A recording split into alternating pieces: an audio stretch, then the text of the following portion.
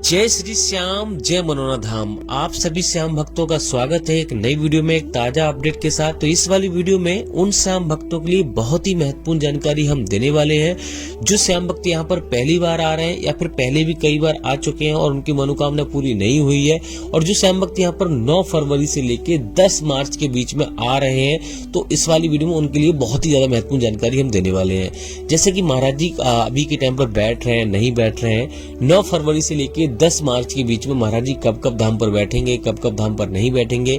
क्योंकि दोस्तों आप अपने घर से प्लानिंग करके चलते हो कि इस तारीख को हम यहाँ पहुंचेंगे और इस तारीख को महाराज जी को मिलेंगे, इस तारीख से हम मंदिर के दर्शन करेंगे। तो बहुत सारी प्लानिंग करके आते हो। तो अगर आपको महाराज जी यहाँ पे नहीं मिलेंगे तो यहाँ पर आपका समय भी बर्बाद होगा, पैसा भी बर्बाद होगा और आपको कोई भी फायदा नहीं होने वाला है। तो इस वाली वीडियो में आपको सारी महत्वपूर्ण जानकारी हम देने वाले हैं।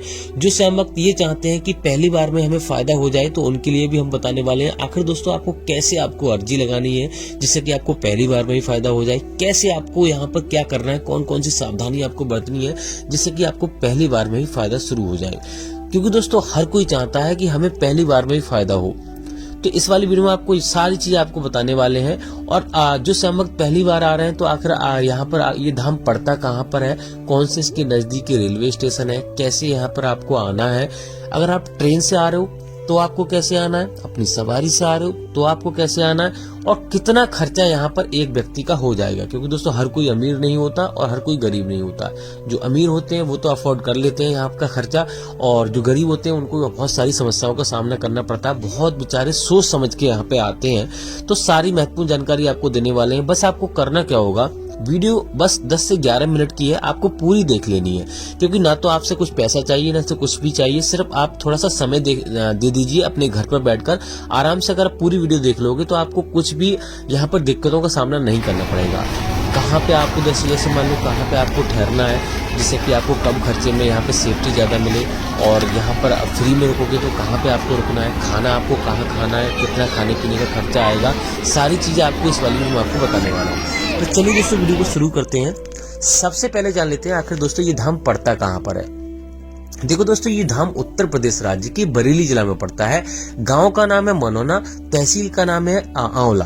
तो आप किसी भी राज्य से, किसी भी शहर से अगर आप आ रहे हो तो आपको सबसे पहला आना होता है बरेली। बरेली बहुत बड़ा जिला है और मंडल भी है। तो हर जगह से आपको ट्रेन अवेलेबल मिल जाएगी। आपको रोडवेज बस से आओगे तब भी आप आ सकते हो, अपनी सवारी से आ रहे हो तब भी आपको यहाँ पे बरेली आना होता है। अब बरेली से मनोना धाम की जो दूरी है लगभग 40 से 45 किलोमीटर की दूरी है। आराम से यहाँ पर आप आ सकते हो। अगर आप ट्रेन से आना चाहते हो तो आपको 20 रुपए का खर्चा आएगा, यानी कि 20 रुपए का टिकट लगेगा एक व्यक्ति का। लोकल ट्रेन चलती है यहाँ पे, लेकिन दोस्तों ट्रेन हर समय अवेलेबल नहीं हो पाती है। तो यहाँ पर आप रोडवेज बस से भी आ सकते हो। उसका किराया आपको 80 से 90 रुपए का लगेगा, और टैक्सी वगैरह से आओगे तो यहाँ पे आपको 500 या 600 रुपए खर्च करने पड़ेंगे। वो डिपेंड करता है कितने लोग आपके साथ में है।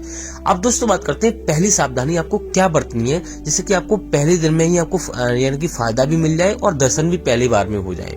तो यहाँ पर 3 तरह से दर्शन होते हैं। एक तो टोकन मिलता है जिससे कि आपको लाइन में नहीं लगना पड़ता। ये टोकन वाली लाइन आप देख सकते हो, अभी यहाँ पे आप देख रहे हो ये टोकन वाली लाइन है। तो टोकन, लेकिन आपको एक बात का विशेष ध्यान रखना, टोकन उन्हीं लोगों को मिलता है जो ज्यादा गंभीर होते हैं, जैसे विकलांग हो गए या फिर चल नहीं सकते या फिर और कोई समस्या है, तो उन्हीं लोगों को टोकन मिलता है। हर किसी को टोकन नहीं मिलता है।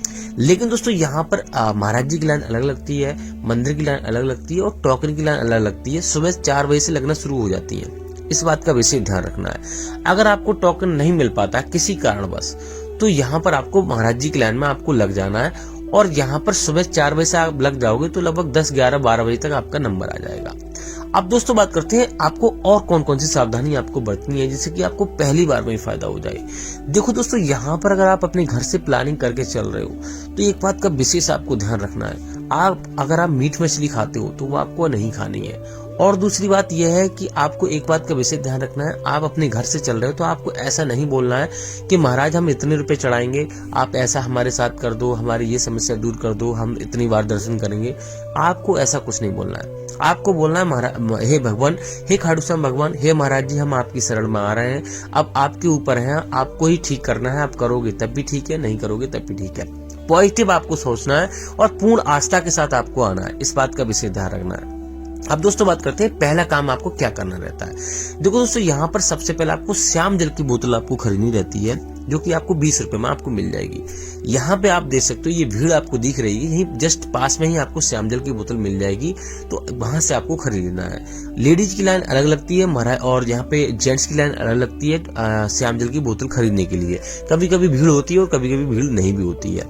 अब दोस्तों बात करते हैं, यहाँ पे आपको 51 रुपए का प्रसाद आपको खरीद लेना है, या फिर 51 या 101 रुपए का, वो डिपेंड करता है आप कितना लेना चाहते हो। और वहीं से आपको 10 रुपए का अर्जी फॉर्म भी आपको खरीद लेना है, जहां से आप प्रसाद लोगे। प्रसाद की बहुत सारी दुकान आपको मिल जाएंगी, कोई आपको दिक्कत नहीं होगी।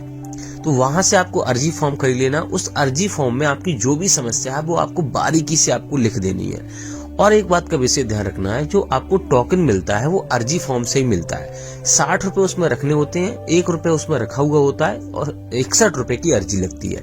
तो आप जैसे लिफाफा आप लेके जाओगे उसी पर आपको मोहर लगा दी जाएगी टोकन की, और उसी से यहाँ पर आपको एंट्री होगी। लगभग 10 से 15 मिनट में नंबर आ जाएगा तो आपको टोकन मिल जाता है। टोकन नहीं मिलता है तो यहाँ पर आप देख सकते हो ये बहुत लंबी लाइन यहाँ पे लगती है। तो इस कटखड़े में जैसे ही आप पहुंच जाओगे तो ऐसा समझ लो कि आपको एक दिन में आपके दर्शन हो जाएंगे। महाराज जी इस कटखड़े को पूरा देखकर ही खत्म करते हैं जब भी उठते हैं। तो आपको यहाँ पे सुबह में आपको लाइन में लग जाना। अगर आपका मरीज सक्षम नहीं है, किसी स्वस्थ व्यक्ति को लाइन में लगा दीजिए। जब आपका नंबर आए तब अपने मरीज को आप बुला सकते हो। अब दोस्तों बात करते हैं, अगर आप सुबह में नहीं पहुंच पाते हैं तो यहाँ पर आपको सबसे पहले रुकने की व्यवस्था आपको देखनी है।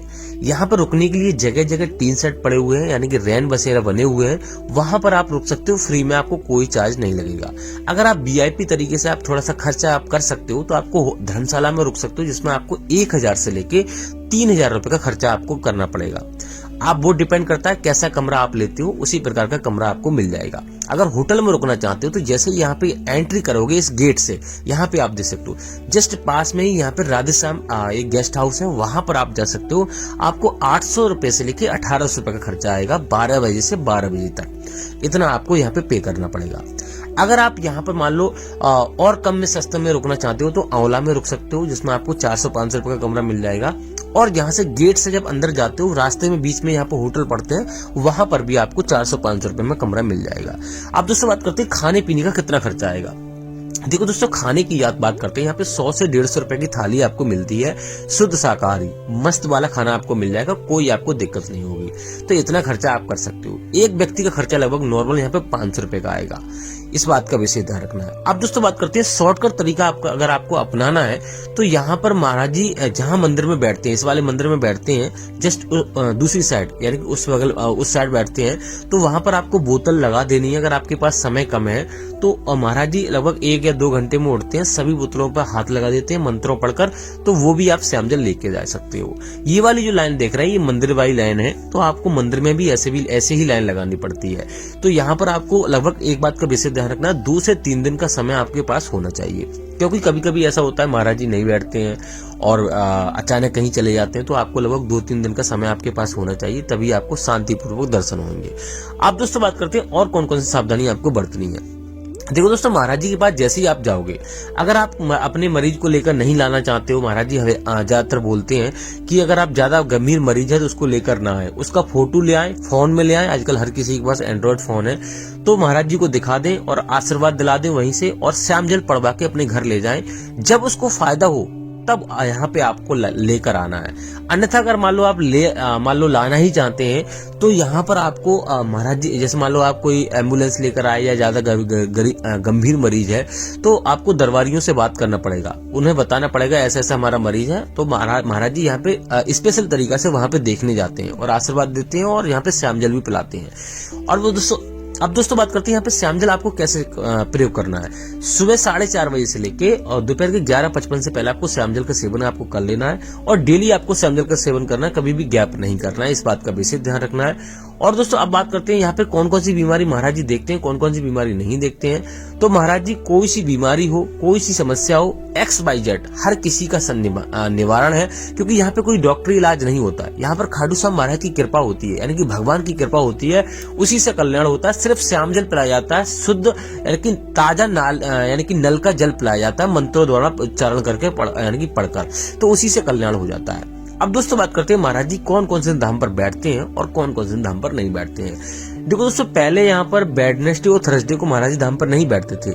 लेकिन अब यहाँ पे दिन चेंज कर दिया है, यानी कि वेडनेसडे और ट्यूसडे को महाराज धाम पर नहीं बैठते, बाकी सभी दिन महाराज धाम पर बैठते हैं। अगर आप इन दोनों को छोड़कर आ रहे हैं तो आराम से महाराज जी आपको मिल जाएंगे। लेकिन दोस्तों आपको विशेष ध्यान रखना, हमारी डेली वीडियो देखनी है, क्योंकि अचानक कोई अपडेट आ जाता है तो महाराज जी अचानक कहीं पे चले जाते हैं। दोस्तों बात करते हैं महाराज जी अभी के टाइम पर बैठ रहे हैं नहीं बैठ रहे हैं। देखो दोस्तों, अभी के टाइम पर महाराज जी लगातार बैठ रहे हैं, और दोस्तों यहाँ पर 9 फरवरी से लेकर 10 मार्च के बीच में महाराज जी यहाँ पर 25 फरवरी तक महाराज जी धाम पर बैठने की आशंका है। लेकिन दोस्तों अचानक कोई अपडेट आता है, अचानक महाराज जी कहीं पे जाते हैं, आप बोलोगे भैया आपने तो बताया था कि 25 फरवरी तक बैठेंगे और महाराज जी नहीं मिले, तो अचानक कोई अपडेट आता है तो इसके लिए आप डेली वीडियो हमारी देखनी है। सुबह 9 बजे हम वीडियो डालते हैं, तो डेली अपडेट देते रहते हैं। वैसे तो यही अपडेट है कि 25 फरवरी को महाराज जी मिलेंगे, लेकिन अचानक कहीं चले जाते हैं, उसका अपडेट डेली देते रहते हैं। फिलहाल दोस्तों इस वाली वीडियो को यहीं रोकते हैं, तब तक लिए श्याम जय।